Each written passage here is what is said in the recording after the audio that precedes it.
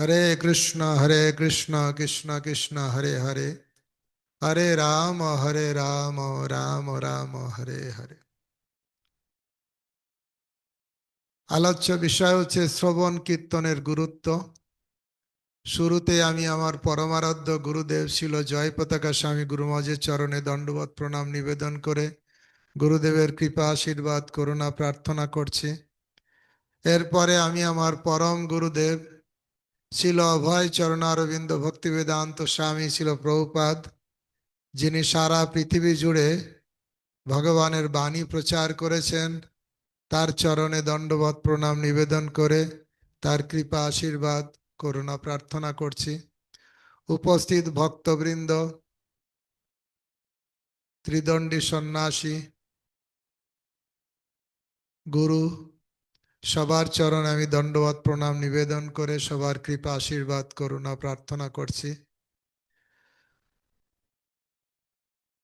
শিল প্রভুপাদ বললেন, আমরা যদি ঘুমিয়ে থাকি তা আমাদের সব জিনিস চুরি হয়ে যেতে পারে যদি শব্দ না হয়। চোর যদি শব্দ করবে তাহলে গৃহস্থ জেগে উঠে যাবে। তা আসলে আমরা মায়ার কোলে ঘুমিয়ে আছি। আমরা যদি মায়ার কোল থেকে জেগে উঠতে চাই, একটাই পন্থা, শব্দ। শিল প্রভুপাদ প্রায় বলতেন ট্রান্সেন্ডেন্টাল সাউন্ড ভাইব্রেশন, অপ্রাকৃত শব্দ তরঙ্গ। এই জগতের নয়, অপ্রাকৃত জগৎ। আর সেই শব্দ তরঙ্গ হচ্ছে কৃষ্ণ কথা। সহজে এটা প্রশ্ন হয়, কৃষ্ণ কোথায়? তার উত্তরে দিয়ে বলা হয়েছে কৃষ্ণ কথায়। কৃষ্ণ কোথায় আছেন? কৃষ্ণ কথাতে। যেখানে কৃষ্ণ কথা সেখানে কৃষ্ণ আছেন। তাই কৃষ্ণকে পেতে গেলে এখানে ওখানে না ছুটে যেখানে কৃষ্ণ কথা সেখানেই কৃষ্ণকে খুঁজলে সহজে পাওয়া যাবে। নাহং তিষ্ঠামি বৈকুণ্ঠে যোগিনাং হৃদয়ে নচ মদ ভক্ত যত্র গায়ন্তে তত্র তিষ্ঠামি নারদ। হে নারদ, আমি বৈকুণ্ঠে থাকি না, যোগীদের হৃদয়েও থাকি না। মদ ভক্তা, ভক্তা মানে অনেক ভক্ত একসঙ্গে মিলিত হয়ে, যত্র গায়ন্তি, যেখানে আমার গুণগান করছেন, তত্র তিষ্ঠামি নারদ, আমি সেখানে থাকি। ভগবানের কথা যেখানে সেখানে ভগবান অবশ্যই সেখানে আছে। ভক্তগণ, সুন্দর যে কথা, ভগবান কৃষ্ণ জগৎ থেকে চলে যাবেন। উদ্ধব জানতে পারলেন ভগবান কৃষ্ণ জগৎ থেকে চলে যাবেন, তাই কি করলেন? উদ্ধব কান্না করতে লাগলেন, হে কৃষ্ণ, আপনার বিরহে আমি কি করে থাকব? তখন কৃষ্ণ উদ্ধবকে বললেন, হে উদ্ধব, তুমি চিন্তা করো না, আমি যাওয়ার আগে তোমাকে ভাগবত কথা বলছি। এই ভাগবত কথা তুমি শ্রবণ করবে এবং খুব মনোযোগ দিয়ে শ্রবণ করবে, এবং আমি চলে যাওয়ার পরে যখনই তুমি এই ভাগবত কথা মনন করবে, স্মরণ করবে, এখন আমাকে যেমন দেখতে পাচ্ছ তখন সেই রকমই দেখতে পাবে। দেখুন, ভগবান চলে গেলেও ভগবানকে দেখা যাবে ভাগবত কথার ভিতর দিয়ে। ভগবান বলেছেন, আমি ভাগবত রূপ সমুদ্রে আমি নিজেকে নিমজ্জিত করেছি। কেউ যদি আমাকে পেতে চায় তাহলে ভাগবত সমুদ্রে তাকে ডুব দিতে হবে।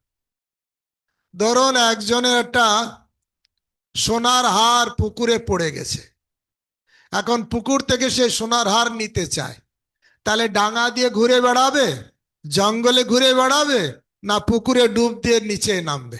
কি করবে? যদি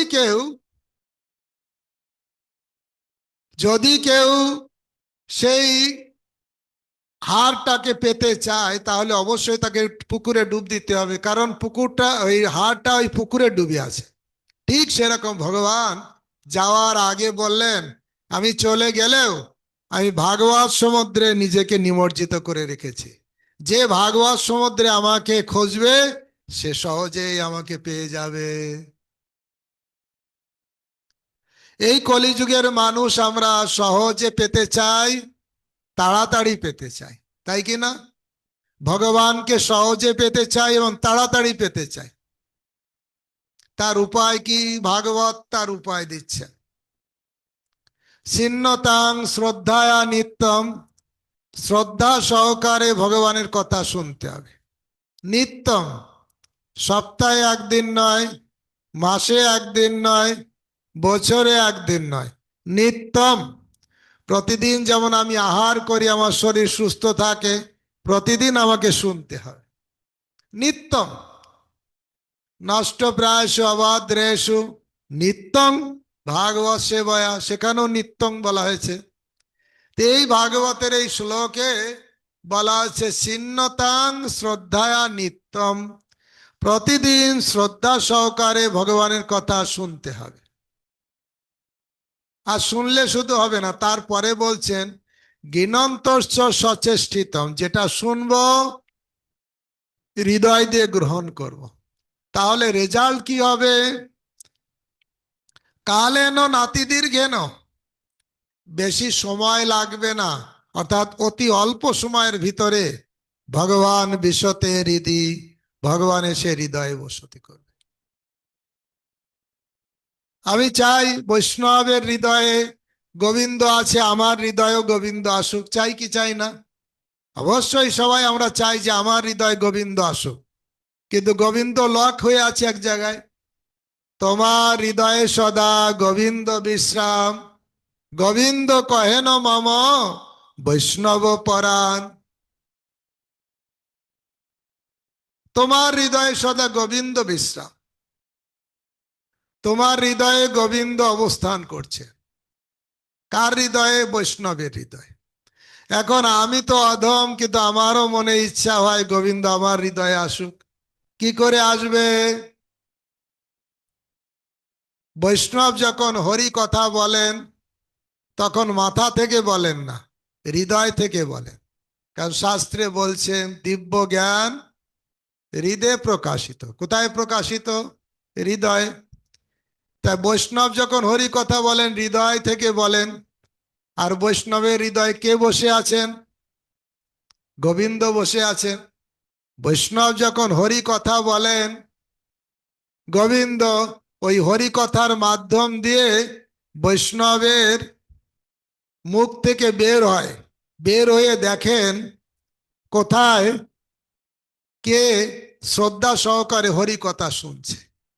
তার কানের ভিতর দিয়ে গোবিন্দ প্রবেশ করেন, প্রবেশ করে তার হৃদয়ে ঢুকে যায়।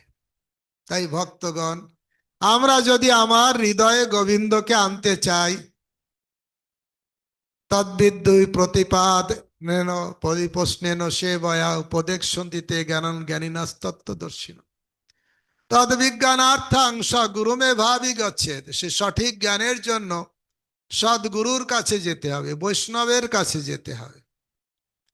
কৃষ্ণ সে তোমার কৃষ্ণ দিতে পারো, তোমার শকতি আছে, আমি তো কাঙাল কৃষ্ণ কৃষ্ণ বলে ধাই তব পাছে পাছে।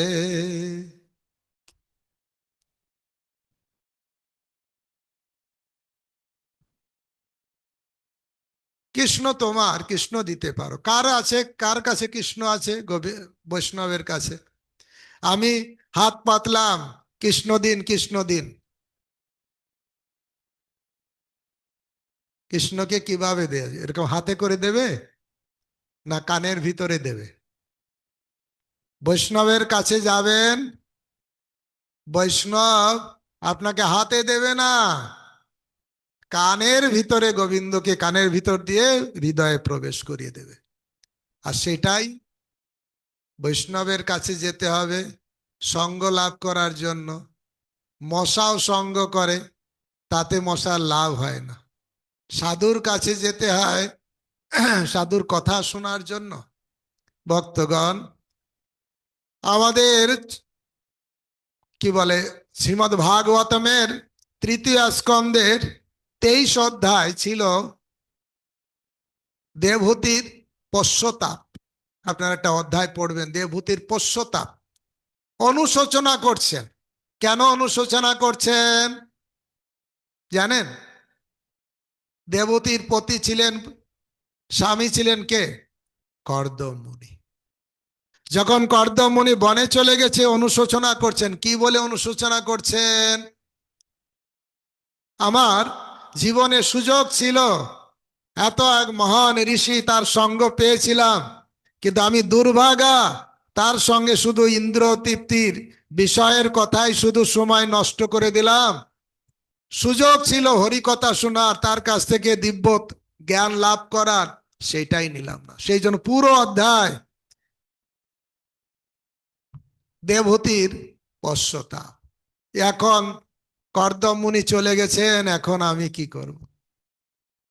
তাই ভক্তগণ, আমাদের সুযোগ আছে। ছিল প্রভুপাদ সুযোগ দিয়েছেন, ইসকন দিয়েছেন, নামহট্ট দিয়েছেন, সোশ্যাল মিডিয়া দিয়েছেন, বিভিন্ন রকম সুযোগ দিয়েছেন। ইচ্ছা করলে আমরা সাধুর কাছ থেকে দিব্য শব্দ তরঙ্গ, ভাগবত কথা, চৈতন্য চরিতামৃতের কথা শুনতে পারি। এমন দুর্লভ মানব দেহ, পাইয়া কি কর ভাবনা কেহ, এবে না ভজিলে যশোদা সুত, চরমে পড়িবে লাজে। সুযোগ আছে, কিন্তু সুযোগের সদ্ব্যবহার করলাম না, নিজের পায়ে নিজে কুড়োল মারার মতন। কান দিয়েছেন শ্রবণ করার জন্য, আর সেই দিব্য শব্দ তরঙ্গ যদি আমরা শ্রবণ করি, কারণ কপিল দেব তার মা দেবহূতি, পিতা কর্দম মুনি যখন চলে গেলেন, হরে কৃষ্ণ, কর্দম মুনি যখন চলে গেলেন, কেন সাউন্ড হচ্ছে তো? শ্রীহরি প্রভু সাউন্ড হচ্ছে তো? হরে কৃষ্ণ, ঠিক আছে। হ্যাঁ প্রভু, সাউন্ড ঠিক আছে, একদম ওকে সাউন্ড। কর্দম মুনি চলে গেলেন এবং তার পুত্র রূপে কপিল দেব আসলেন। আর কপিল দেব মাকে উপদেশ দিচ্ছেন। কি বলছেন? কপিল দেব মাকে বলছেন, মাগো, শতাং প্রসঙ্গাং মম বীর্য সংবিদ, তৃতীয় স্কন্ধে, শতাং প্রসঙ্গাং মম বীর্য সংবিদ, ভবন্তি হৃৎকর্ণ রসায়ন কথা, তজ্জাসন অপবর্গ বর্তনী, শ্রদ্ধা রতির ভক্তির অনুক্রমিষ্যতি। কি করে ভক্তি পাবো, কি করে কৃষ্ণকে পাবো? শতাং প্রসঙ্গাং মম বীর্য সংবিদ, আমার যে বীর্যবতী হরি কথা, ভগবত কথা, শুদ্ধ ভক্তের কাছ থেকে সেটা শুনতে হবে, তাহলে হৃদয়ের সমস্ত অনর্থ চলে যাবে। অপবর্গবর্তনী, শ্রদ্ধা রতির ভক্তি, শ্রদ্ধা আসবে, রতি আসবে, ভক্তি আসবে, অনুক্রমিষ্যতি।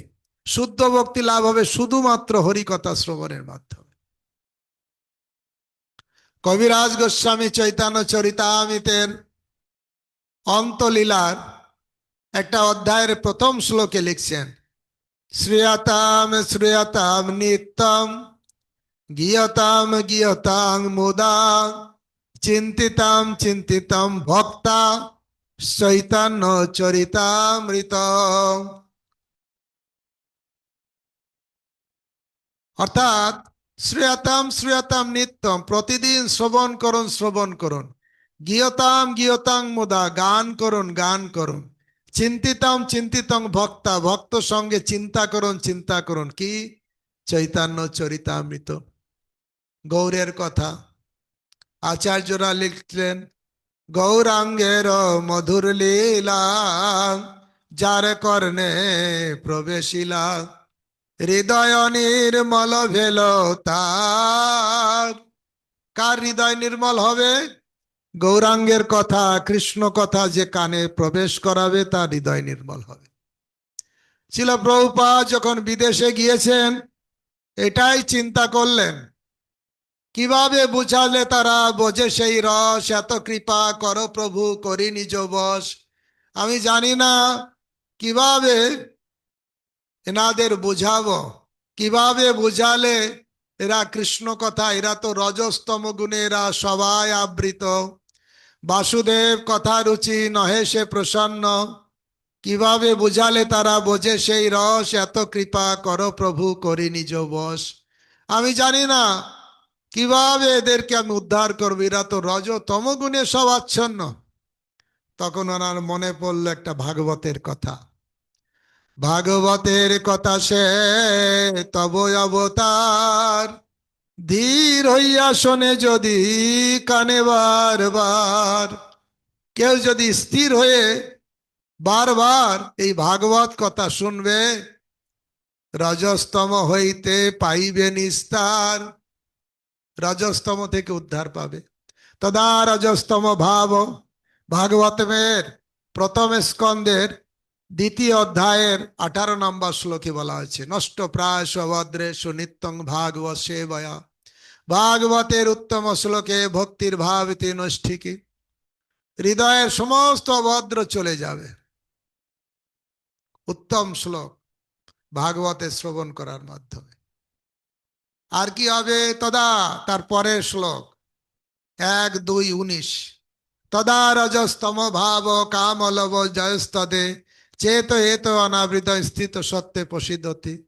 হৃদয় থেকে রজগুণ তমগুণ সব চলে যাবে, চেতনা একেবার গোবিন্দের চরণ স্থির হবে। গোবিন্দের চরণে মন দিতে গেলে মনটাকে আগে কৃষ্ণ কথায় দিতে হবে। কেউ যদি ভালোভাবে কৃষ্ণ কথা শ্রবণ করবে, প্রতিদিন ভাগবত শ্রবণ কীর্তন করবে, তাহলে তার মনোনিবেশ হবে। কারণ প্রথমে শ্রবণ দশা, তারপরে বরণ দশা, ওই যে ছিন্নতাং শ্রদ্ধা নিত্যম, তারপরে গিনন্তস্য বরণ দশা, তারপরে স্মরণ দশা। তখন কৃষ্ণের কথা স্মরণ সবসময় হবে, অনবরত কৃষ্ণলীলা স্মরণ হবে। তারপরে কি হবে? মরণ দশা। তখন আর সংসারে ভালো লাগবে না, উড়ু উড়ু সব সময় কৃষ্ণ কথা, সব সময় সাধু সঙ্গ, সব সময় কৃষ্ণ চিন্তা। সংসারের সুখের মুখে তুলে দিয়ে ছাই, দুয়ারে মাগিয়া খাব গাহিয়া নিচা নিতাই। আমি ঘরে না যাইব, বনে প্রবেশিব, ও লীলা রসের তরে, ত্যাজি কুললাজ ভজ ব্রজরাজ, বিনোদ মিনতি করে।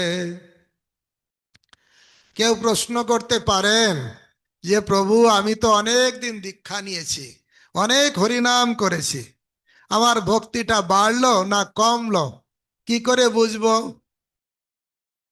জ্বর হলে তো থার্মোমিটার দিয়ে মাপা যায় বেড়েছে না কমেছে। ভক্তিটা মাপার কিছু মিটার আছে? আমাদের সন্ন্যাসী মহারাজরা বলে থাকেন, হ্যাঁ মিটার আছে। ভাগবতমের 1:2:8, 1:2:8 ওই মিটারটা আছে। প্রথম স্কন্ধের দ্বিতীয় অধ্যায়ের 8 নম্বর শ্লোকে 1:2:8 মিটার আছে। কি মিটার আছে? কি বলা আছে? ধর্ম সনুষ্ঠিত পুংসাং বিশ্বক্সেন কথা সুযোগ, নোৎপাদয়ে যদি রতিং শ্রময়ে বহি কেবলম। আপনি অনেক দিন ধরে ধর্ম করছেন, গৃহস্থ, বানপ্রস্থ, ব্রহ্মচারী, ইভেন সন্ন্যাস ধর্ম করছেন, কিন্তু যদি ভগবানের কথায় রুচি না হবে, তা শ্রময়ে বহি কেবলম, বেকার সন্ন্যাস ধর্ম, ব্রহ্মচারী ধর্ম, ত্যাগ ধর্ম, আদর্শ গৃহস্থ ধর্ম সব বেকার হয়ে যাবে যদি কৃষ্ণ কথায় রুচি না হবে। ভক্তগণ, আপনারা অবাক হয়ে যাবেন চৈতন্য চরিতামৃতের মধ্যলীলার 8ম পরিচ্ছেদের কথা, রামানন্দ সংবাদ, যেখানে রামানন্দ রায়কে প্রশ্ন করছেন মহাপ্রভু, পড় শ্লোক সাধ্যের নির্ণয়। রায় কহে সধর্মাচরণে বিষ্ণু ভক্তি হয়, সধর্ম আচরণ করলে বিষ্ণু ভক্তি হবে, এতেই জীবন সার্থক হবে। মহাপ্রভু বলেন না, ইহ ভাজ্য। কেন? চারি বর্ণাশ্রমী যদি কৃষ্ণ নাহি ভজে, সধর্ম করিয়াও সে নরকে পড়ি মজে। সধর্ম, চারটে বর্ণ চারটে আশ্রম সুন্দর পালন করলো, কিন্তু হরি ভজন করলো না। তাহলে আর হরি ভজনের শুরুটা হয় শ্রবণ থেকে। তাই দেখলেন এটাকে বলল বাহ্য। ইহ বাহ্য আগে কহ আর, কৃষ্ণে কর্মার্পণ সর্বসাধ্য সার। গীতাতে আছে যৎ করসি যদাশ্নসি যৎ দহসি যদাসি যৎ যৎ তপস্যসি কন্তেও তৎকুরুষ্ব মদর্পণম। বলছেন না, শুধু ত্যাগ সব অর্পণ করলে, ভজন না করলে হবে না। সব ভগবান তোমাকে দিয়ে দিলাম, হলো? কানে শুনতে হবে, কৃষ্ণ কথা না শুনলে ভক্তিটা শুরু হবে না। তাই বলে নিহবাজ্য আগে কহ আর, রায় কয়ে স্বধর্ম ত্যাগ সর্বসাধ্য সার। ওই যে গীতায় আছে সর্বধর্মান পরিত্যাজ্য মামেকম শরণং ব্রজ। তাহলে স্বধর্ম ত্যাগ করলে কৃষ্ণকে পাবো? বলেন না। শুধু ত্যাগ করে জঙ্গলে চলে গেলেন আর শ্রবণ করলেন না ভগবানের কথা। তার প্রমাণ কি? সুখদেব গোস্বামী গিয়েছিলেন জঙ্গলে, ব্রহ্ম সুখ পেলেন, কিন্তু ভাগবতের সুখ তো পায়নি। তাই তার পিতা করুণাবশত তাকে ভাগবতে আকৃষ্ট করার জন্য দুটো শ্লোক শিখিয়ে পাঠিয়ে দিয়েছিলেন কাঠুরিয়াদের। কি দুটো সে শ্লোক? বরা পীড়া নটবর বপু কর্ণ কর্ণিকায়ম, শ্রীমদ ভাগবতমের দশম স্কন্ধের 21 নম্বর 5 নম্বর শ্লোক। আর তৃতীয় স্কন্ধে অহো বকিং জং স্তন্য কালকুটং জিগাংসায় পদ্মসাই কং বা দয়ালু শরণং ব্রজেম। একটা শ্লোকে বর্ণনা করা আছে কৃষ্ণ কত দয়ালু। পুতনা রাক্ষসী স্তনে বিষ মাখিয়ে নিয়ে এসেছে কৃষ্ণকে মারার জন্য, তাকেও মাতৃপদ দিয়ে দিল। কত দয়ালু কৃষ্ণ। আর একটা শ্লোকে বর্ণনা আছে কৃষ্ণের সুন্দর নটবর রূপ, কর্ণ কর্ণিকায়ম, সুন্দর বিব্রত বাস কনক কপিসম বৈজয়ন্তী চ মালা, গলায় সুন্দর, এত সুন্দর রূপের কথা বর্ণনা আছে। সুখদেব গোস্বামী মুক্ত পুরুষ হওয়া সত্ত্বেও মাথা ঘুরে গেলে, আরে এই অদ্ভুত শ্লোক কোথায় পেলে তোমরা?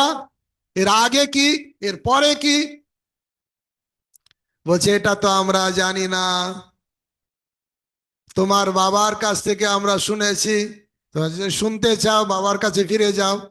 সুখদেব গোস্বামী আবার জঙ্গল ছেড়ে ঘরে আসলেন বিয়ে করার জন্য, সুন্দরী বউ নেওয়ার জন্য না, ভাগবত গ্রন্থকে আলিঙ্গন করার জন্য। একবার প্রভুপাদের কাছে একজন ব্রহ্মচারী এসে বলছে, প্রভুপাদ আমি আর ব্রহ্মচারী জীবন থাকতে পারছি না, আমি গৃহস্থ হতে চাই, আপনি অনুমতি দিন। প্রভুপাদ বললেন, হ্যাঁ তুমি গৃহস্থ হবে, তুমি বিবাহ করো। ভালো ভালো তো, প্রভুপাদ এক কথায় রাজি হয়ে গেলেন। পরের দিন প্রভুপাদ বললেন, আমি তো ঠিক করে রেখেছি কার সঙ্গে বিয়ে হবে। বলুন প্রভুপাদ কার সঙ্গে বিয়ে করব? শ্রীমদ্ ভাগবতের সঙ্গে বিয়ে করো। লোকেরা বিবাহ করে স্ত্রীকে ছাড়া যেমন এক মুহূর্ত থাকতে পারে না, স্ত্রী লম্পট, তাকে বলা স্ত্রী লম্পট। পরীক্ষিত মহারাজকে সুখদেব গোস্বামী দশম স্কন্ধে বলছে স্ত্রী লম্পট। কেন? তুমি স্ত্রী লম্পট না, তুমি হচ্ছে ভাগবত লম্পট। লোকেরা স্ত্রী লম্পট, স্ত্রীকে ছাড়া থাকতে পারে না, তাই সে স্ত্রী লম্পট। আর তুমি হচ্ছে ভাগবত লম্পট, তুমি ভাগবত কথা ছাড়া থাকতে পারো না, মৃত্যুকেও পরোয়া করো না। এই জন্য সুখদেব কি বলে, পরীক্ষিত মহারাজ একটা শ্লোক দিয়েছেন, যেখানে তিনি কৃষ্ণ কথা শুনতে এত আগ্রহী, 4-5 দিন অলরেডি হয়ে গেছে, খাওয়া দাওয়া নেই, শুধু হরি কথা শুনছেন।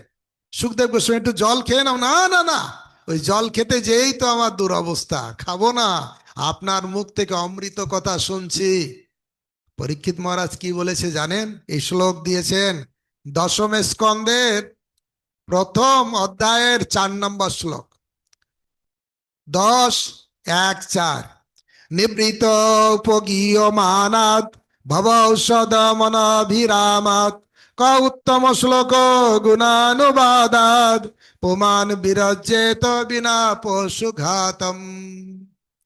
বলছেন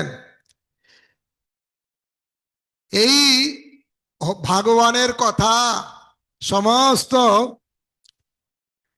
ক্ষণস্থায়ী জড়জগতে বিষয়ের আলোচনার আগ্রহশীল নন। কাদের প্রিয় লাগে? যারা এই জড়জগতে ভোগ করতে চায় না তাদের কাছে এই ভাগবত কথা অমৃতের মতন লাগে। এই ভাগবত কথা কারা শুনবে না? যারা পশু হত্যা করে না তারা ছাড়া অন্যরা শুনবে না। অর্থাৎ যারা পশু হত্যা করে তারা এই ভাগবত কথা তাদের রুচি হবে না। তাহলে ভক্তগণ বিচার করে দেখুন, পরীক্ষিত মহারাজ বিনা পশু ঘাতম, এই জগতে যারা ভাগবত কথায় রুচি নেই তাদের তুলনা করেছে পশু ঘাতীদের মতন। কসাই তারা, কসাই বলেই তাদের ভাগবত কথায় রুচি হলো না। বিনা পশু ঘাতিম, এই ভাগবত কথা কার না রুচি হবে? তাই ভাগবত কথা অমৃত স্বরূপ। সুখদেব গোস্বামী যখন এই ভাগবত শ্লোক শুনলেন উনি চলে আসলেন, ফিরে আসলেন বাবার কাছে। বাবা, আমি ভাগবত কথা শুনতে চাই। তখন সুখদেব গোস্বামীকে বসিয়ে ব্যাসদেব 18,000 শ্লোক সমন্বিত ভাগবত শুনলেন, ভাগবত শোনালেন।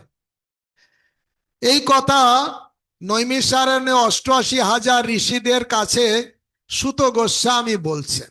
নৈমিষারণ্যে এই কথা বলছেন যে এইরকম সুখদেব গোস্বামী পালিয়ে গিয়েছিলেন কাঠুরিয়াদের কাছ থেকে, শ্লোক শুনে আবার আসলেন। তখন তার বাবা আবার এই 18,000 শ্লোক সমন্বিত ভাগবত তার পুত্র সুখদেব গোস্বামীকে বসিয়ে বসিয়ে শোনালেন। সঙ্গে সঙ্গে সৌনক ঋষি প্রশ্ন ছুড়ে দিলেন, হ্যাঁ, যে অলরেডি নির্গত নিরত, এই সংসারে তার কিছু চাওয়া পাওয়ার নেই, সে বসে বসে ভাগবত শুনল? কে পড়াশোনা করে, যে স্কুলে যায়, কে যে ডাক্তার হতে চায়, ইঞ্জিনিয়ার হতে চায়, শিক্ষিত হতে চায়, ব্যারিস্টার হতে হয়, যার জীবনে কোনো কি বলে বড় কিছু হওয়ার ইচ্ছাই নেই, সে বসে বসে কেন পড়াশোনা করবে? আমরা দেখি পড়াশোনা কারা করে? যারা বড় কিছু হতে চায়। তাহলে সুখদেব গোস্বামী মুক্ত পুরুষ, এই জগতে কিছু চায় না। উলঙ্গ নারী দেখেও তার মনে কোনো বিকার হলো না। এই জগতে কিছু চাওয়া পাওয়া নেই। সে বসে বসে একদিন নয় কতদিন ধরে 18,000 শ্লোক সমন্বিত ভাগবত শুনলো। কি করে, কেন শুনলো? তখন তার উত্তর দিতে যে সুত গোস্বামী এই শ্লোকটা বলছেন, আত্মা রামর্ষ মুনায় নির্গন্তপি অনুক্রমে কুর্বন্তু কি অহুত কি মিথ্যম অদ্ভুত গুণ হরি। এই ভগবানের অদ্ভুত গুণ, ভগবানের লীলা, অদ্ভুত লীলা, যা শ্রবণে মুক্ত পুরুষকে টেনে নিয়ে চলে আসে। যারা এই জগতের মুক্ত পুরুষ তাদেরকেও আকর্ষণ করে নিয়ে আসে এই ভাগবত কথা শোনার জন্য। কেন? ইত্থম অদ্ভুত গুণ হরিম, এমন ভগবানের ভিতরে এক দিব্য গুণ আছে যে গুণ শ্রবণ করার জন্য মুক্ত পুরুষকেও টেনে নিয়ে আসে। তাই এই হচ্ছে ভাগবতম। তাই ভাগবত হচ্ছে নিগম কল্প তরুর গলিতম ফল। এ ভাগবত সাধারণ গ্রন্থ নয়, এ কৃষ্ণতুল্য ভাগবত। বিভু সর্বাশ্রয়, প্রতি শ্লোকে প্রতি অক্ষরে নানা কথা কয়। কৃষ্ণ আর ভাগবতমে কোনো পার্থক্য নেই। ভাগবত শ্রবণ করা মানে কৃষ্ণের সঙ্গ লাভ করা।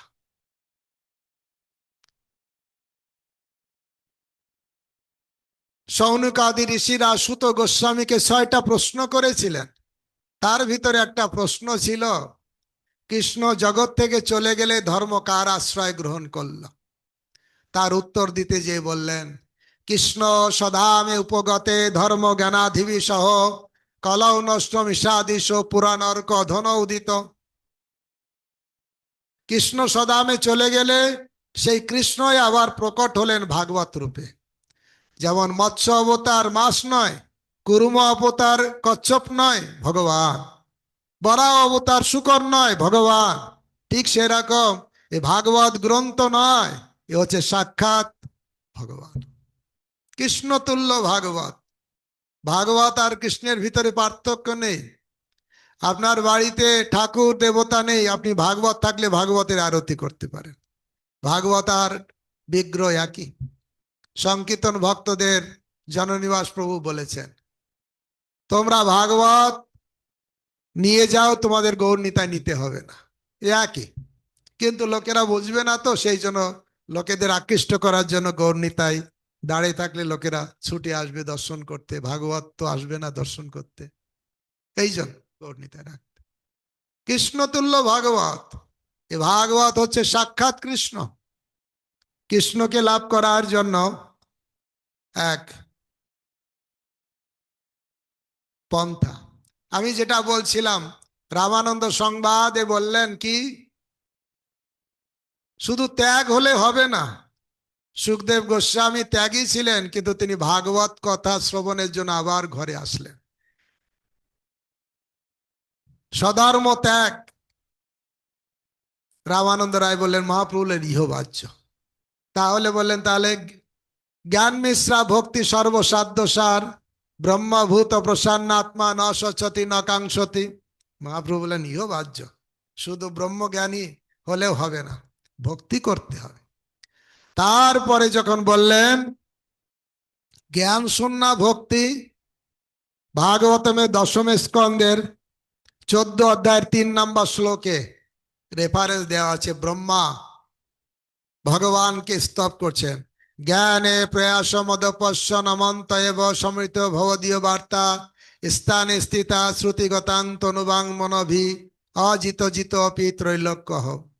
জ্ঞানের অহংকার থেকে মুক্ত হয়ে যে ব্রাহ্মণ ক্ষত্রিয় বৈশ্য শূদ্র ব্রহ্মচারী গৃহস্থ বানপ্রস্থ সন্ন্যাস যে যেখানে আছে সেখানে থেকে কায় মনোবাক্যে ভগবানের কথা শুনতে হবে।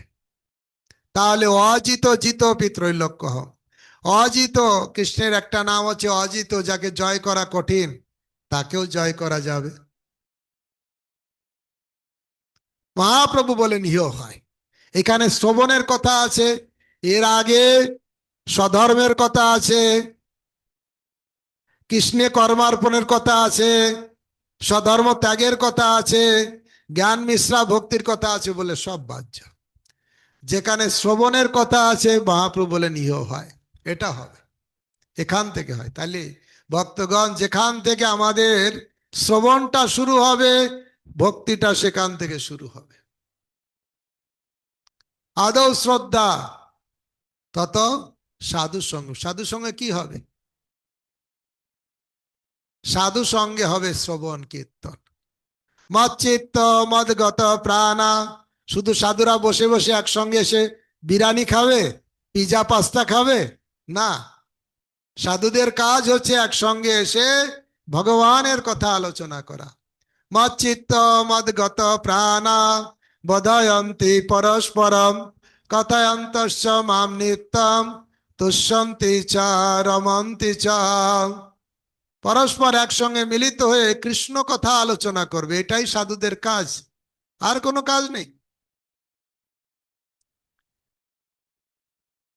ভক্তগণ, আপনারা জানেন সুখদেব এই ব্যাসদেব 18খানা পুরাণ লিখেছেন, 108খানা উপনিষদ লিখেছেন, মহাভারত লিখেছেন, বেদকে 4টে খণ্ডে বিভক্ত করেছেন। তারপরেও তিনি শান্তি পেলেন না। তখন ব্যাসদেব এসে বললেন, না, ওই নারদ মুনি এসে, উনার গুরুদেব এসে বললেন, না, তুমি নির্মল কৃষ্ণ লীলামৃত রচনা করনি, তুমি ভাগবত লেখো। কারণ যে কথা যে কথা কৃষ্ণ কথা হয় না সেটা হচ্ছে কাকের তীর্থস্বরূপ।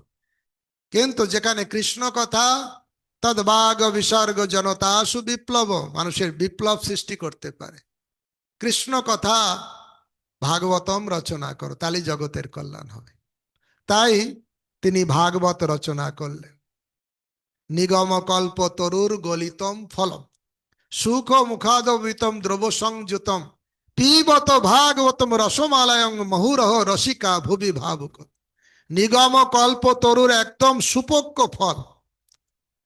আম গাছ চিপালে টেস্ট পাবেন না, পাতা চিপালেও পাবেন না, মুকুল চিপালেও পাবেন না, কাঁচা আমেও টেস্ট পাবেন না। যখন আমটা পক্ক হবে, আর সেই বৈদিক কল্পবৃক্ষের সুপক্ষ ফল হচ্ছে শ্রীমদ্ ভাগবতম। পিবত ভাগবতম, পুরোটাই গ্রহণ করুন এই ভাগবতম। তাই কৃষ্ণ কথা আমাদের শ্রবণ করতে হবে, ভাগবত কথা প্রতিদিন শ্রবণ করতে হবে। এই জন্য চৈতন্য চরিতামৃতের অন্তলীলার পঞ্চম অধ্যায়ের ষষ্ঠ শ্লোকে একবার প্রদ্যুম্ন মিশ্র পূর্ববঙ্গ থেকে মহাপ্রভুর কাছে এসেছিলেন পুরীতে। এসে জিজ্ঞাসা করলেন, কৃষ্ণ কথা শুনিতে মোর ইচ্ছা হয়, কৃষ্ণ কথা কহ মোরে হইয়া সদায়। আমার কৃষ্ণ কথা শুনতে খুব ইচ্ছা হয়, আপনি একটু কৃষ্ণ কথা বলুন। তার উত্তর দিতে যে ওই অধ্যায়ের নবম শ্লোকে মহাপ্রভু বলছেন, কৃষ্ণ কথায় রুচি তোমার মহাভাগ্যবান, যার কৃষ্ণ কথায় রুচি সেই ভাগ্যবান। কে ভাগ্যবান তাহলে জগতে?